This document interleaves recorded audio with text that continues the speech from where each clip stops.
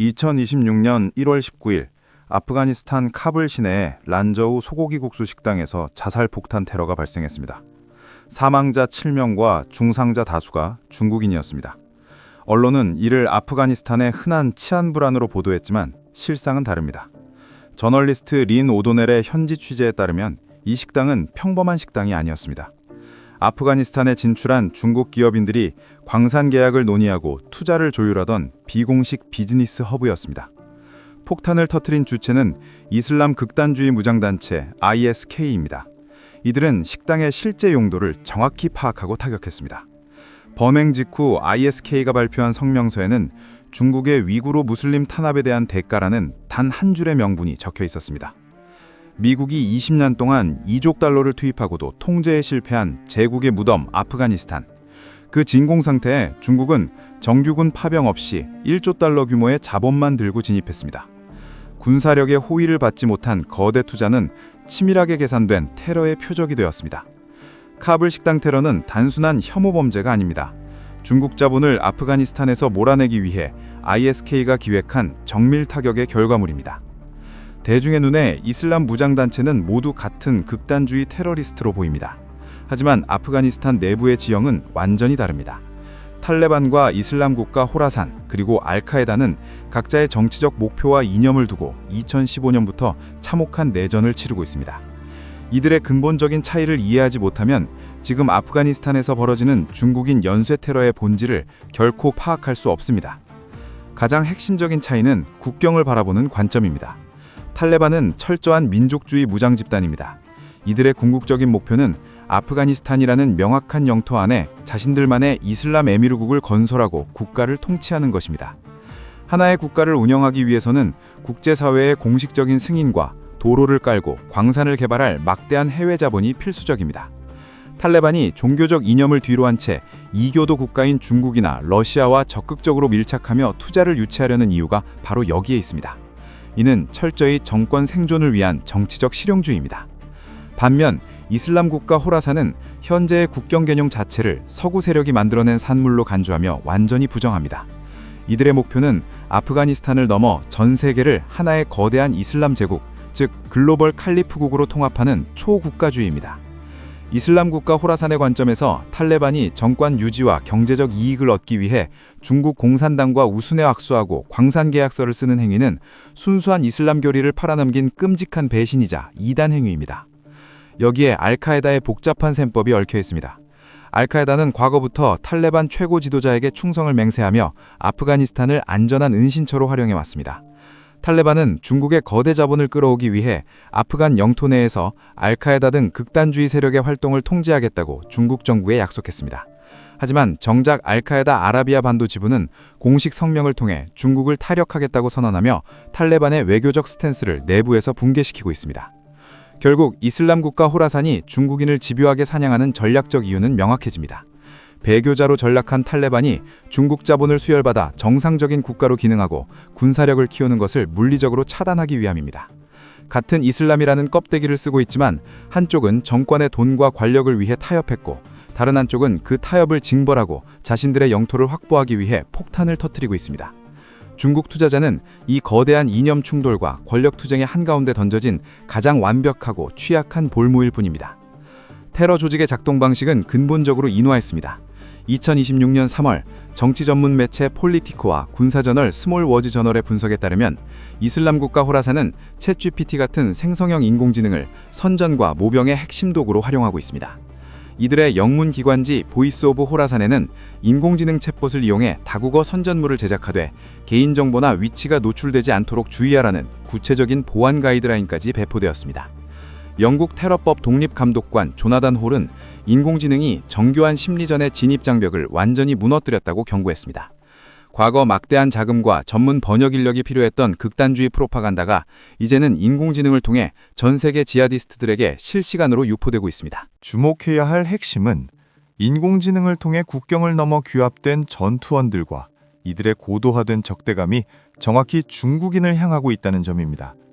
앞서 언급한 카불 식당 테러는 예외적인 돌발 사건이 아닙니다. 중국인을 겨냥해 치밀하게 기획된 연쇄 타격의 결과물입니다.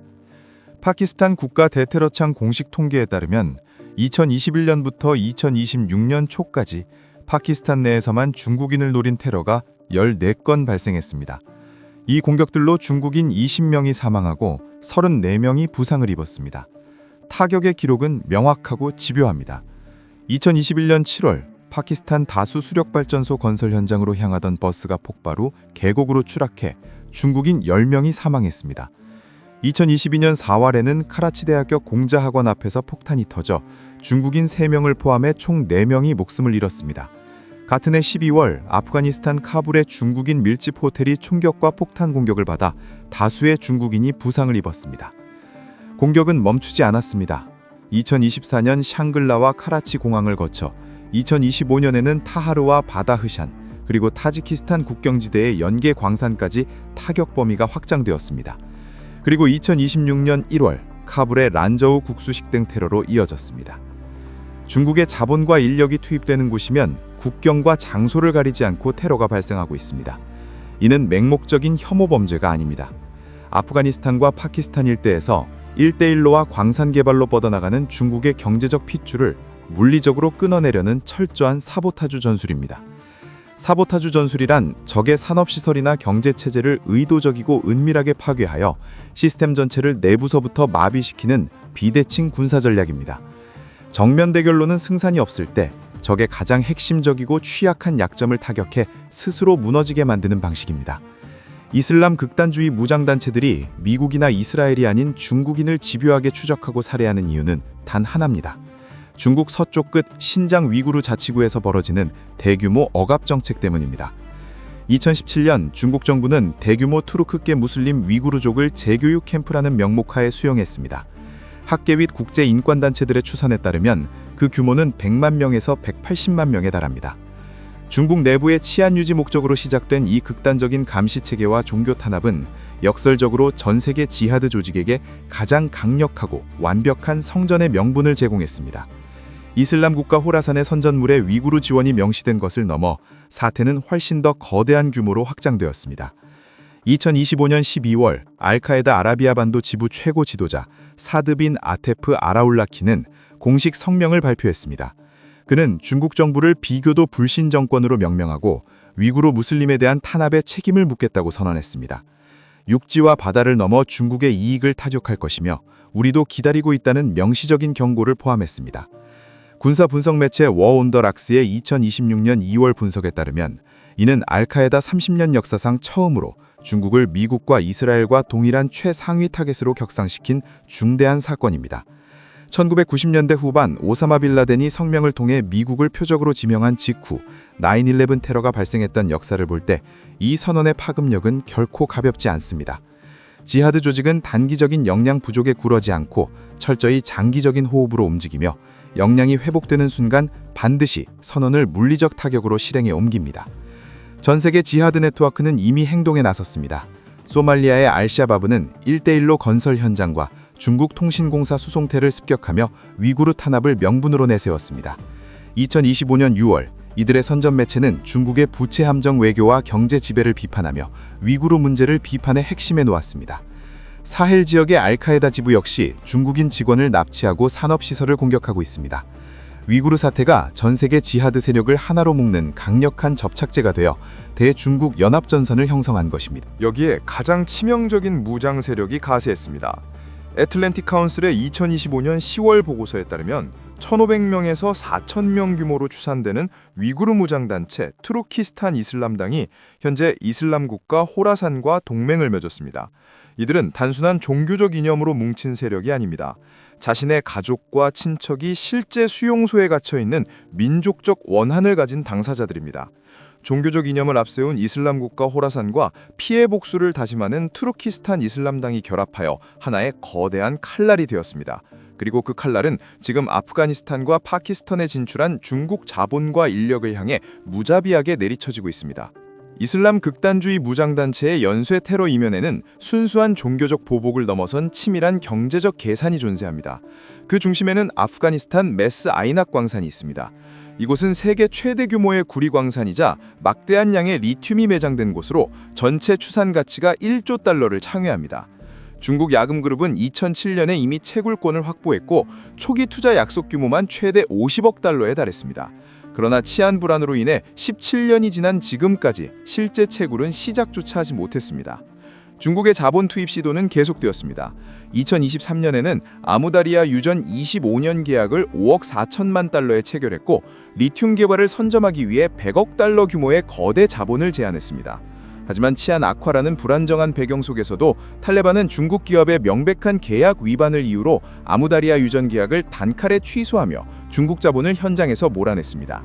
여기에 무장단체의 직접적인 타격까지 겹치며 대다수 프로젝트는 사실상 중단 상태에 빠졌고 천문학적인 규모의 양해각서만 쌓여 있을 뿐 실제 자본의 유입과 인프라 건설은 완전히 멈춰섰습니다. 이슬람 국가 호라산의 관점에서 볼 때 아프가니스탄에 진입한 중국 자본은 가장 완벽한 전략적 타격 포인트입니다. 중국 투자가 안착하고 광물 채굴이 본격화되어 자본이 유입되면 탈레반은 국가를 통치할 막대한 자금줄을 확보하게 됩니다. 탈레반의 경제가 안정되면 필연적으로 이슬람 국가 호라산을 소탕할 군사적 여력과 치안 유지 능력이 강화됩니다. 따라서 이들은 최우선 표적으로 중국인을 살해합니다. 중국인이 사망하면 중국 기업이 철수하고 기업이 떠나면 탈레반 경제가 흔들리며 탈레반 정권이 약화되면 이슬람 국가 호라산이 세력을 확장할 지정학적 진공 상태가 만들어지기 때문입니다. 카불 식장 폭탄 테러와 중국인 연쇄 타격은 광신도들의 무작위 테러가 아닙니다. 대리인인 탈레반의 경제적 숨통을 끊어버리기 위해 거대 자본의 유입 경로를 물리적으로 폭파하는 고도의 경제 사보타주 전술입니다. 중국의 거대 자본을 지키고 정권을 안정시키기 위해 탈레반은 사활을 걸고 테러 단체 소탕에 나섰습니다. 하지만 그 방식은 정상적인 국가의 치안 유지가 아닌 참혹한 도살에 가깝습니다. 휴먼 라이츠 워치의 2022년 7월 보고서에 따르면 탈레반 정보기관은 아프가니스탄 동부 난가르하르 지역에서 이슬람 국가 호라산 연루 의심자들을 무더기로 잡아들여 다룬타 관계수로에 던져버렸습니다. 정식 재판 절차도 없이 참수되거나 밧줄로 목이 졸리고 사지가 절단된 100여 구의 남성 시신이 현장에서 발견되었습니다. 국가안보기관이 테러 용의자를 상대로 자행한 극단적인 학살입니다. 이토록 잔혹한 물리적 탄압에도 불구하고 이슬람 국가 호라산은 파괴되지 않았습니다. 가장 큰 이유는 조직의 최고 지도자 샤하브 알 무아지르, 본명 사나올라 가파리가 생존하여 조직을 통솔하고 있기 때문입니다. 그의 이력은 아프가니스탄 테러 생태계의 구조적 모순을 정확히 보여줍니다. 그는 본래 탈레반 소속이었으며 그 중에서도 가장 치명적인 무장 파벌로 꼽히는 하카니 네트워크의 중간 지휘관 출신이었습니다. 탈레반 내부의 군사 전술과 은밀한 정보망 등 게릴라 작전의 노하우를 모두 습득한 상태에서 이슬람 국가 호라산으로 넘어간 인물입니다. 미국 정부는 그를 제거하기 위해 1,000만 달러의 막대한 현상금을 내걸었습니다. 2023년 6월 특수작전을 통해 그가 암살되었다는 대대적인 보도가 나왔지만 로이터 통신의 2024년 3월 취재 결과는 달랐습니다. 그는 심막한 부상만 입은 채 국경을 넘어 파키스탄으로 도주해 생존한 것으로 확인되었습니다. 과거 몸담았던 탈레반의 약점과 한계를 누구보다 명확히 꿰뚫고 있는 그의 지휘 아래 중국인과 중국 자본을 겨냥한 사보타주는 날이 갈수록 체계화되고 있습니다. 국가 권력을 쥔 탈레반의 무자비한 복도조차도 내부 시스템을 속속들이 파악하고 진화한 테러 조직의 수장을 제거하는 데 철저히 실패했습니다. 가장 핵심적이고 구조적인 질문이 남습니다. 현역 병력 200만 명을 운용하고 약 340조 원의 국방비를 쏟아부으며 항공모함 3척을 거느린 세계 2위 군사대국 중국이 자국민이 연이어 도살당하는 상황에서 왜 직접적인 군사 행동을 취하지 않는 것일까요? 중국은 안 하는 것이 아니라 못하는 상황에 놓여 있습니다. 첫 번째 이유는 해외 작전의 기반 인프라 부재입니다. 중국의 공식 해외 군사기지는 아프리카 지부티 단 한 곳입니다. 두 번째는 실전 경험입니다. 인민해방군이 치른 마지막 대규모 실전은 반세기 전인 1979년 베트남전이었습니다. 미국과 달리 아프가니스탄 산악지대 깊숙이 특수부대를 투입하고 정밀 드론으로 타격하며 신속하게 병력을 철수시키는 고도화된 해외 파병 역량 자체가 마련되어 있지 않습니다. 세 번째로 가장 결정적인 이유는 중국 외교의 최상위 원칙인 내정 불간섭입니다. 미국 등 서론 국가의 군사 개입을 비판하며 수십 년간 고수해온 이 원칙을 아프가니스탄 파병으로 깨트리는 순간 중국의 글로벌 외교 전략은 근본부터 무너집니다. 결국 중국이 선택한 유일한 대안은 안보의 외주화입니다. 자국민과 1조 달러 자본의 보호를 아프가니스탄 탈레반 정권과 파키스탄 군부의 치안 유지 능력에 전적으로 의탁했습니다. 그러나 중국이 안보를 맡긴 두 파트너는 테러를 막아내기는커녕 서로 교전하기 시작했습니다. 파키스탄은 자국 내 중국인 테러를 빌미로 2026년 2월 아프가니스탄 영토를 향해 직접 공습을 감행했습니다. 탈레반은 즉각 파키스탄 국경 초소를 포격하며 응수했고, 파키스탄 국방장관은 이 상황을 공개 전쟁이라고 선언했습니다. 중국의 가장 중요한 외교 파트너 두 국가가 이슬람 국가 호라산이 파놓은 함정에 빠져 서로에게 총구를 겨누는 최악의 지정학적 붕괴가 발생한 것입니다. 외주화에 실패한 중국이 선택한 또 다른 궁예지책은 민간 군사기업, 즉 사설 용병의 투입입니다.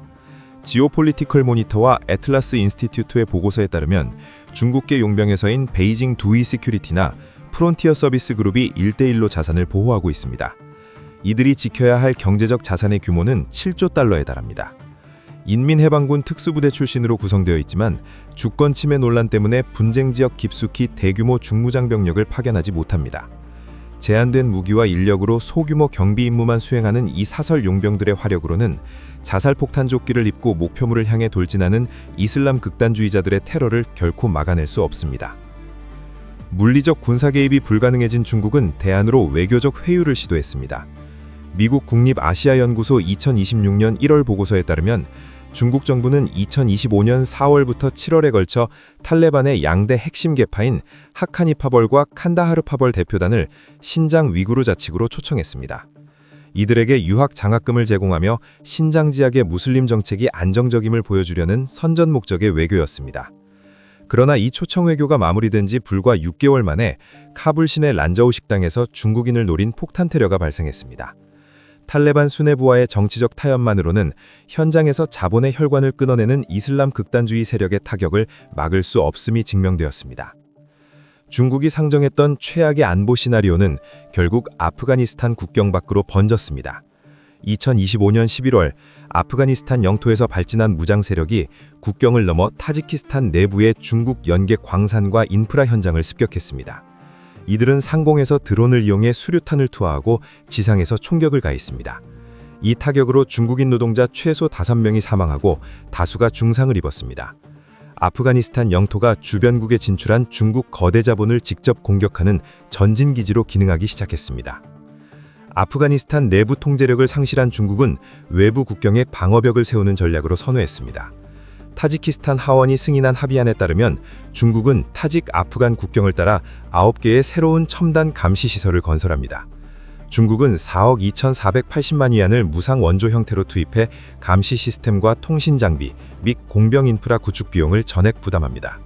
이는 2017년부터 완공된 12개 방어시설을 보관하는 조치로 군사 개입을 회피하면서 아프가니스탄의 안보 위협이 주변 중앙아시아 일대 1대1로망 전체로 확산되는 것을 막으려는 물리적 차단 조치입니다. 그러나 방어선은 사실상 무너졌습니다. 자본 철수의 명확한 신호는 2026년 초에 중국 정부의 공식 시스템을 통해 하달됐습니다. 1월 23일 중국 외교부 영사 채널은 아프가니스탄 체류 자국민에게 가능한 한 빨리 국가를 탈출하라는 적색 경보를 발령했습니다. 더페이퍼와 신화를 비롯한 중국 대형 포털 사이트들은 이 철수 광고를 메인 화면과 웨이보에 대대적으로 송출했습니다. 치명적인 마침표는 2026년 3월 11일 프랑스 정보 매체 인텔리전스 온라인의 보도를 통해 확인되었습니다. 중국 국가안전부가 아프가니스탄 주재 중국 정보팀과 핵심 이익관계자들에게 즉각적이고 장기적인 철수 명령을 내렸습니다. 현지에서 기업 보호와 안보 신경방 역할을 하던 국가안전부 조직의 철수는 곧 17년간 추진해온 1조 달러 규모의 아프가니스탄 광물자원 확보 프로젝트가 이슬람 극단주의 단체의 사보타주를 견디지 못하고 전면적인 붕괴 단계에 진입했음을 의미합니다. 미국은 아프가니스탄에서 20년의 시간과 2조 달러의 막대한 자원과 세계 최강의 정규군을 동원하고도 2021년 결국 철수했습니다. 중국은 미국과 다른 방식을 선택했습니다. 군대 대신 거대 자본을 투입하고 전쟁 대신 외교를 택했으며 무력 점령 대신 광산 개발 계약서를 내밀었습니다.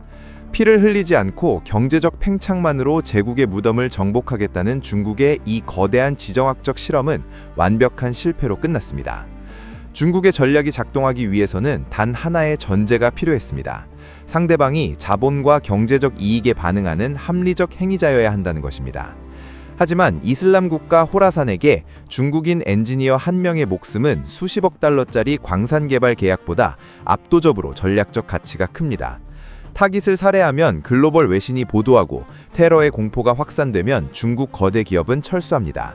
자본이 철수하면 탈레반의 경제가 흔들리며 이는 곧 이슬람 국가 호라산이 장악할 수 있는 무정부 상태의 확장을 의미합니다. 자본주의적 합리성으로 무장한 중국의 접근법은 극단주의 세력의 비대칭 사보타주 전술 앞에서 철저히 붕괴했습니다. 이 모든 치명적인 결과의 뿌리를 거슬러 올라가면 결국 단 하나의 출발점으로 수렴합니다. 중국 서부의 신장 위구르 강제 수용소입니다. 내부의 소수민족을 통제하기 위해 100만 명 이상을 가두고 억압한 중국의 국내 정책이 전 세계의 지하드 조직을 하나로 묶어내는 가장 완벽한 성전의 명분이 되었습니다. 구조는 명확합니다. 국가의 탈압이 테러 단체의 선전물을 낳고 정교한 선전물은 전 세계의 극단주의 전투원들을 아프가니스탄으로 모병합니다. 집결한 전투원들은 중국 자본을 공격하고 이 공격은 결국 국가안전부와 기업의 전면 철수를 강제합니다. 자본 철수는 탈레반의 경제를 붕괴시키며 그 불안정성은 다시 테러가 무한히 번식할 수 있는 최적의 토양을 제공합니다. 중국이 자국 내에서 시작한 통제 정책이 거대한 부메랑이 되어 중국의 지정학적 팽창을 스스로 옥죄고 있는 것입니다. 중국은 200만 명의 정규군과 약 340조 원의 국방비를 보유하고도 자신들이 직접 만들어낸 이 파멸적인 악순환의 고리를 끊어내지 못하고 있습니다. 17년 전 쟁취했던 세계 최대 규모의 메스 아이낙 구리광산과 1조 달러가 넘는 아프가니스탄의 희귀 광물은 여전히 피로 물든 제국의 무덤 아래 깊숙이 묻혀 있습니다. 시청해주셔서 감사합니다. 이상 뇌강이었습니다.